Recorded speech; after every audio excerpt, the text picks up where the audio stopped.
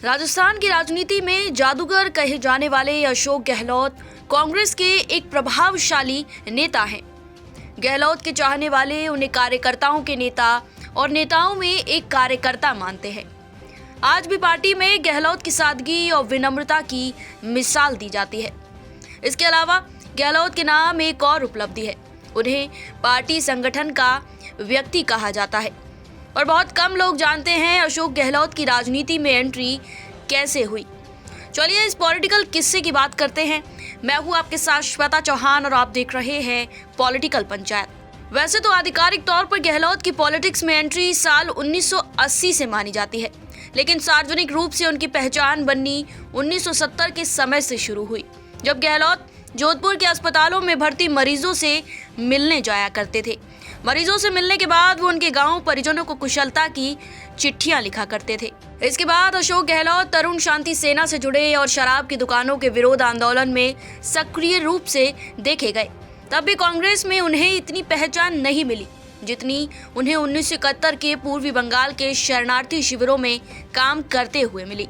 उस वक्त गहलोत में इंदिरा गांधी ने एक बड़े नेता की छवि देखी और फिर क्या, उन्हें 1973 में NSUI का अध्यक्ष नियुक्त कर दिया गया। अध्यक्ष बनने के बाद गहलोत ने जातिवाद को टारगेट करना शुरू कर दिया था, जिससे वो सबके चहेते अशोक भाई बन गए। साल 1989 तक वो इस पद पर बने रहे। संजय गांधी की करीबी गहलोत राजीव गांधी के भी खास हो गए थे। गहलोत की विचारधारा गांधीवादी है और वो मार्टिन लूथर किंग और कबीर से भी प्रेरित है।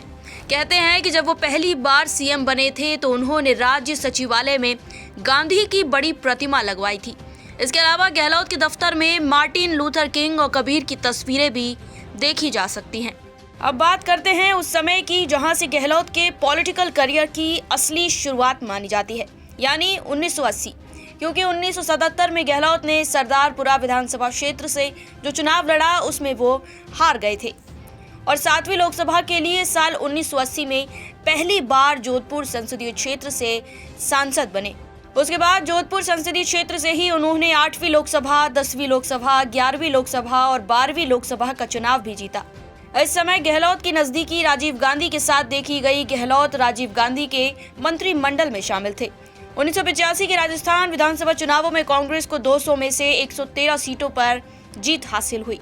स्पष्ट बहुमत मिलने पर हरिदेव जोशी CM बनाए गए और राजीव गांधी ने सूबे की कांग्रेस पर पकड़ मजबूत करने के लिए गहलोत को प्रदेश अध्यक्ष बना दिया।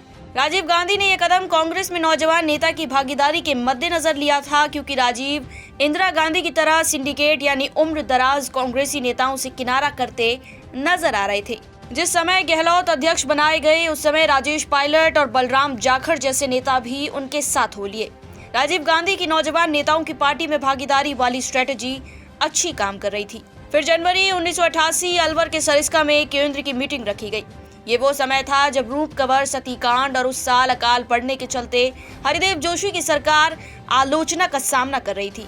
इसी वजह से राजीव गांधी चाहते थे कि ये मीटिंग सादगी से की जाए, बगैर किसी सरकारी तैयारी वाले तामझाम के।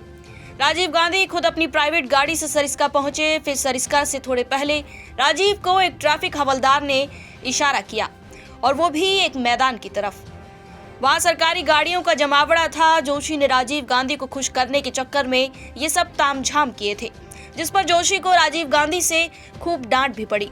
इसके बाद जब राजीव दिल्ली रवाना हुए तो महीने भर के अंदर ही जोशी को CM पद से इस्तीफा देने का फरमान जारी किया गया।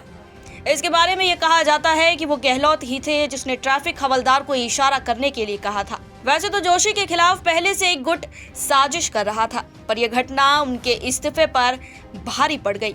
गहलोत के पॉलिटिकल करियर से जुड़ा एक किस्सा नरसिम्हा राव की सरकार के समय का है। कहा जाता है उस समय राव एक तांत्रिक के एहसान तले दबे थे, जिसने रिटायरमेंट की तैयारी करते राव के प्रधानमंत्री बनने की भविष्यवाणी की थी। उस तांत्रिक का नाम था चंद्रास्वामी। उस दौर में माहौल कुछ ऐसा था कि हर एक नेता तांत्रिक के पैर छुआ करता था, पर गहलोत इसमें अपवाद रहे, क्योंकि जब दोनों एक ही फ्लाइट से जा रहे थे तब चंद्रस्वामी उन्हें टेढ़ी नजरों से देखते रहे, पर मजाल की गहलोत ने उन्हें प्रणाम किया हो। इसके बाद भी जब राजस्थान के पाली जिले में कांग्रेस का एक कार्यक्रम होने जा रहा था और गहलोत भी इसमें शामिल होने वाले थे, पर उन्होंने चंद्रस्वामी के आने की खबर सुनते ही अपना प्रोग्राम रद्द कर दिया। बस यही बातें चंद्रस्वामी को इतनी खटकी कि 18 जनवरी 1993 को टेक्सटाइल मंत्री अशोक गहलोत का राव ने इस्तीफा ले लिया। मीडिया में खबरें छपी कि नेता ने काम नहीं किया इसलिए इस्तीफा हुआ है। इसके बाद गहलोत बिना किसी बहसबाजी के इस्तीफा देकर सीधे अपने प्रदेश रवाना हो गए। वहीं अगर लोग यह सोचते हैं कि गहलोत का नाता केवल राजस्थान से है तो ऐसा बिल्कुल भी नहीं है, क्योंकि गुजरात में भी उनकी अच्छी खासी पहचान रही। अपने पड़ोसी राज्य गुजरात की मदद करने में गहलोत कभी पीछे नहीं रहे। जब गहलोत पहली बार राजस्थान के सीएम चुने गए और साल 2001 में गुजरात में भूकंप आया तो उन्होंने सबसे पहले मदद की, और जब साल 2002 में राज्य में सांप्रदायिक दंगे भड़के तब उन्होंने राजस्थान में पीड़ितों के लिए राहत कैंप खोले। बहुत कम लोग इस बात से वाकिफ हैं कि वैसे तो गहलोत भैरों सिंह शेखावत के प्रखर विरोधी रहे, पर जब उन्होंने मुख्यमंत्री पद की शपथ ली थी तो सबसे पहले वो भैरों सिंह का आशीर्वाद लेने उनके पास पहुंचे थे। वहीं जब शेखावत बीमार थे उस वक्त भी उनकी देखरेख करने वालों में भी गहलोत का नाम शामिल था। इसके अलावा गहलोत के बारे में ये बात भी प्रचलित है कि वो अपनी छवि को लेकर इतने सजग रहते हैं कि उनके बेटे को प्रदेश कांग्रेस कमेटी में सदस्य होने के लिए तब तक इंतजार करना पड़ा जब तक उन्हें गहलोत के धुर विरोधी सीपी जोशी ने नामांकित नहीं किया। फिर गहलोत की किस्मत भी बड़े कमाल की थी, क्योंकि साल 2008 के राजस्थान विधानसभा चुनाव में सभी को उम्मीद थी कि राहुल गांधी के करीबी सीपी जोशी ही सीएम बनेंगे, लेकिन वो एक वोट से हार गए। इस तरह सीएम का पद मिला राजस्थान में जोशी के बाद दूसरे नंबर के नेता अशोक गहलोत को। इसके बाद भी जोशी ने गहलोत का विरोध जारी रखा तो हालात ऐसे बने कि वो खुद राजस्थान क्रिकेट एसोसिएशन में भ्रष्टाचार के एक मामले में फंस गए। कहा तो ये भी जाता है कि महिपाल मदेरणा जैसे नेताओं ने गहलोत को परेशान किया तो बदले की राजनीति का कड़ा विरोध करने वाले गहलोत चुप रहे, लेकिन मदेरणा भंवरी देवी कांड में फंसकर जेल चले गए। इसके बाद गहलोत जब तीसरी बार सीएम बने तो सचिन पायलट ने उनके खिलाफ बिगुल बजा दिया और आरोप लगाया कि वे वसुंधरा राजे पर एक्शन न लेकर उनका साथ दे रहे हैं। पायलट उस समय बगावत पर उतर आए थे और कयास ऐसे लगाए जा रहे थे कि पायलट 30 से ज्यादा विधायकों का समर्थन वापस लेकर गहलोत की सरकार गिरा सकते हैं। पर गहलोत की किस्मत यहाँ भी अच्छी रही। कई मीडिया रिपोर्ट्स के मुताबिक उस समय वसुंधरा के सपोर्ट से ना तो पायलट भाजपा में एंट्री कर पाए और ना ही गहलोत की सरकार ही गिरा पाए। उल्टा पायलट को प्रदेश अध्यक्ष और डिप्टी सीएम का पद गंवाना पड़ा था। इस तरह राजस्थान का ये जादूगर राजनीति में अपनी जगह बना पाने और अपने विरोधियों को जवाब देने में सफल होता रहा। वैसे आप क्या सोचते हैं? क्या राजस्थान में आज भी अशोक गहलोत का जादू कायम है या अब यह छवि धूमिल पड़ती जा रही है? हमें अपनी राय कमेंट सेक्शन में जरूर बताएं। मैं हूं आपके साथ श्वेता चौहान और आप देख रहे थे पॉलिटिकल पंचायत।